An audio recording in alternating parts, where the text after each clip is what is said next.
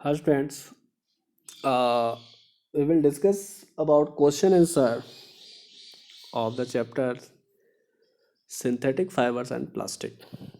Okay, so the first questions is explain why some fibers are called synthetic. ठीक है, तो कुछ fibre synthetic क्यों कहा जाता है कुछ फाइबर्स को. ठीक है, तो इसमें क्या लिखोगे.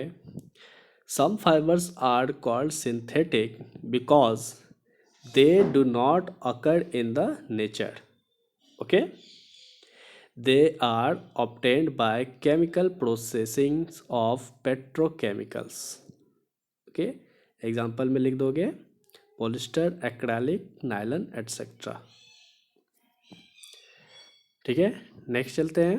नेक्स्ट क्वेश्चन इज मार्क, एक मिनट, mark correct answer. Rayon is different from synthetic fiber. Okay, तो सिंथेटिक फाइबर्स से जो है रेयन डिफरेंट है. क्यों? क्योंकि it has silk like appearance, ये तो सही है. It is obtained from wood pulp, ये भी सही है. As its fibres can also be woven like those of natural fibres. ठीक है, तो rayon is different from synthetic fibres. क्यों? क्योंकि ये जो है ना वुड पल्प से बना हुआ होता है, क्योंकि ये नेचुरल सब्सटेंसेस से बना होता है, इसीलिए ये डिफरेंट है. तो हम लोग क्या किस पे टिक करेंगे? ये बी नंबर पे. ठीक है, बी नंबर. नेक्स्ट देखते हैं. Fill in the blank. Synthetic fibres are called dash और डैश फाइबर.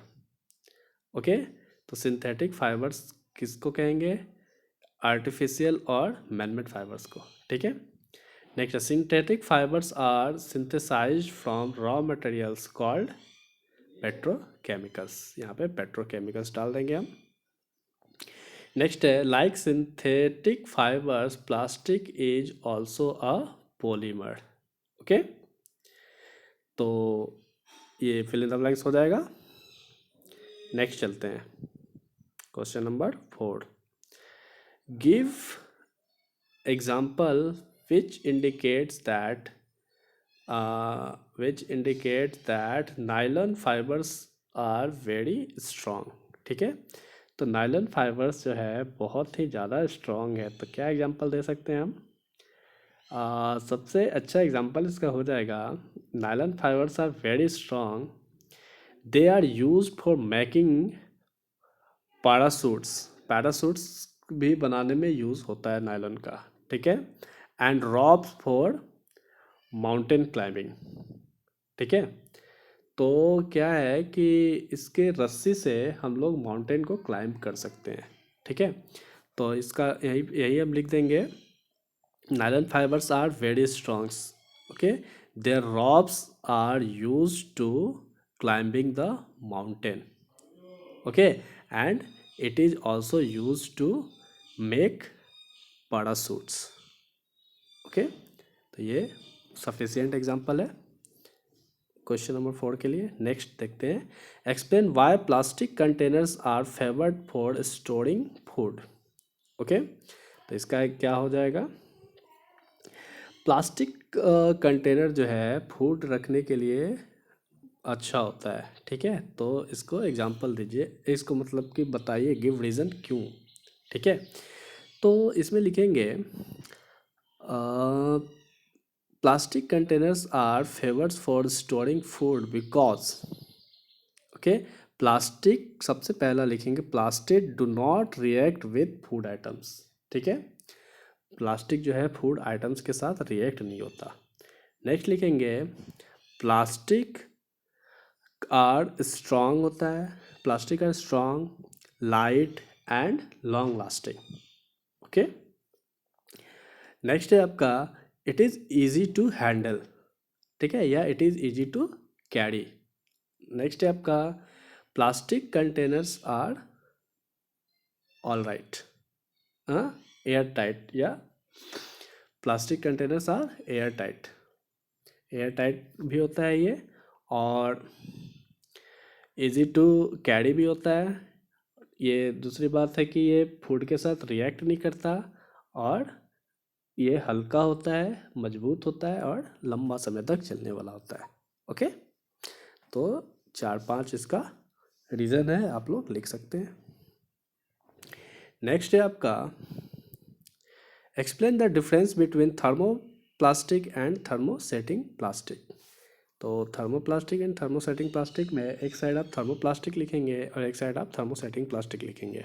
ओके, थर्मोप्लास्टिक में पहला आप लिखेंगे it is a type of plastics that can be moulded easily on heating. Okay, example तो जानते ही हैं, पॉलीथीन या पीवीसी। और इसमें क्या लिखोगे, it is a type of thermosetting plastic में it is a type of plastics which can not softened, okay, when moulded once. ठीक है, कहने का मतलब क्या है कि इस थर्मोसेटिंग को हम लोग पिघला तो देंगे, लेकिन हम लोग उसमें सॉफ्टनेस नहीं ला सकते। ठीक है, नेक्स्ट है आपका थर्मोस प्लास्टिक में और क्या लिखोगे आप, this plastic are use to make combs, polythene bag, in wire insulation, ठीक है, एट्सेट्रा। और थर्मोसेटिंग में आप लिखोगे it is use to make handle of utensils, okay, kitchen wares, crockeries, okay, etcetera. Okay, next question चलते हैं। Explain why the followings are made of thermosetting plastic. ठीक है, तो इनमें से यहाँ पे क्वेश्चन पूछा जा रहा है कि ये सस्पेंशंस हैंडल जो है, इलेक्ट्रिक स्विचेस जो है, ये थर्मोप्लास्टिक्स के क्यों बने होते हैं। ठीक है, तो सबसे पहला देखते हैं सॉसपेन हैंडल्स। सॉसपेन यानी कि सस्पेन जो कहता है, जिसमें हम लोग चाय वगैरह बनाते हैं, या बहुत सारे अटेंसिल्स किचन वेयर्स में ऐसे बहुत सारे अटेंसिल्स होते हैं जिसका कि हैंडल जो है वो थर्मोसेटिंग प्लास्टिक का होता है। ठीक है, तो सबसे पहला इसका हो जाएगा कि suspense handles made up of thermosetting plastic because it is heat resistant. Okay, it is heat resistant or it is bad conductor of heat. Okay, we can hold the hot suspension safely without getting our hand burnt. Okay, तो हम लोग इसमें इतना कुछ लिख सकते हैं। क्या लिखेंगे इसमें, saucepan handles are made up of thermosetting plastic because it is heat resistant and we can hold the hot saucepan safely without getting of our hand burn. Okay, next है आपका, नेक्स्ट क्या है, electric plug switches, plug boards. ठीक है, next question आपका है कि electric plugs जो है या स्विचेस बोर्ड्स, ये सब भी थर्मोसेटिंग प्लास्टिक के बने होते हैं। ठीक है, तो इसमें क्या लिखेंगे, electric plug switches boards are made up of thermosetting plastic because it is also a electric resistant. Okay, it is a bad conductor of electricity. Okay, so it protect us from electric current passing through them. Okay, तो इसका ये लिख देंगे हम। Next है question आपका, categories the materials of the following products into can be recycled and cannot be recycled। ठीक है, तो एक कैटेगरीज बनाना है हमें। ठीक है, और उसमें यह बताना है कि कौन सा इसमें रिसाइकिल्ड हो सकता है, कौन सा रिसाइकिल्ड नहीं हो सकता। ओके, तो देखिए क्या है, टेलीफोन इंस्ट्रूमेंट। तो एक जगह हम लोग लिखेंगे रिसाइकिल्ड, एक जगह लिखेंगे कैन नॉट रिसाइकिल्ड। ठीक है, दो हम लोग कैटेगरीज में इसको डिवाइड करेंगे। तो सबसे पहला क्या है, टेलीफोन इंस्ट्रूमेंट। तो telephone instrument can not recycled में लिखेंगे। ठीक है, नेक्स्ट आपका है प्लास्टिक टॉयज़। प्लास्टिक टॉयज़ हम लोग रिसाइकिल्ड में लिखेंगे। नेक्स्ट है आपका कुकर हैंडल। कुकर हैंडल हम लोग कैन नॉट रिसाइकिल्ड में लिखेंगे। ठीक है, फिर नेक्स्ट लिखेंगे कैरी बैग्स। कैरी बैग्स हम लोग रिसाइकिल्ड में लिखेंगे। ओके, नेक्स्ट लिखेंगे, नेक्स्ट है हमारा क्या, ball point. Ball point pens भी रिसाइकल्ड में आ जाएगा। नेक्स्ट है आपका प्लास्टिक बॉल्स भी आ जाएगा हमारा रिसाइकिल में। ओके। नेक्स्ट है आपका plastic covering and electric wires, तो ये भी आ जाएगा हमारा रिसाइकिल्ड में। नेक्स्ट है आपका प्लास्टिक क्लॉथ्स, ठीक है, प्लास्टिक क्लॉथ्स। तो प्लास्टिक क्लॉथ्स जो है ये आपका आ जाएगा, प्लास्टिक क्लॉथ्स नहीं है, प्लास्टिक चेयर्स है। हाँ, प्लास्टिक चेयर्स है। तो प्लास्टिक चेयर्स आपका आ जाएगा। प्लास्टिक चेयर्स को हम लोग डिपेंड करता है कि उस किस प्लास्टिक का बना होता है, इसको हम लोग रिसाइकिल्ड में रखेंगे, ठीक है। नेक्स्ट आपका है इलेक्ट्रिकल स्विचेस तो obviously can not be recycled में आएगा। ओके। तो आई होप कि आपको ये क्लासिफाई हो गया होगा। नेक्स्ट है आपका क्वेश्चन नंबर 9। ओके। तो क्वेश्चन नंबर 9 क्या है, Rana wants to buy shirts for summer, should he buy cotton shirts or shirts made from synthetic materials? Advice Rana, giving your answer. ठीक है। तो यहाँ पे क्या हो जाएगा आंसर, देखिए, Rana should buy cotton shirts for summer. Cotton shirts उसको समर में खरीदना चाहिए। क्यों? क्योंकि cotton shirts have sufficient pores to absorb sweat. Okay, पसीना जो है सोखने के लिए उसमें सफिशिएंट पोर्स होता है, while synthetic clothes doesn't have sufficient pores to absorb sweat. Okay, and the cotton, that's why cotton clothes feel comfortable in summer. Okay, तो इतना हम लोग लिखेंगे इसमें क्वेश्चन नंबर 9 में। अब चलते हैं क्वेश्चन नंबर 10 में। Give example to show that plastics are non corrosive in nature. तो एग्जाम्पल इसका क्या देंगे, नॉन कोरोसिव इन नेचर्स है तो they do not react with any substances. सबसे पहला इसका यही एग्जाम्पल होगा। This is why they are use to store various kinds of materials and chemicals. Okay. तो प्लास्टिक क्या होता है कि रिएक्ट नहीं करता किसी भी केमिकल सब्सटेंसेस से, ठीक है। इसीलिए इसको क्या करते हैं हम लोग, प्लास्टिक कंटेनर का यूज़ करते हैं हम लोग केमिकल सब्सटेंसेस को स्टोर करने के लिए। ओके।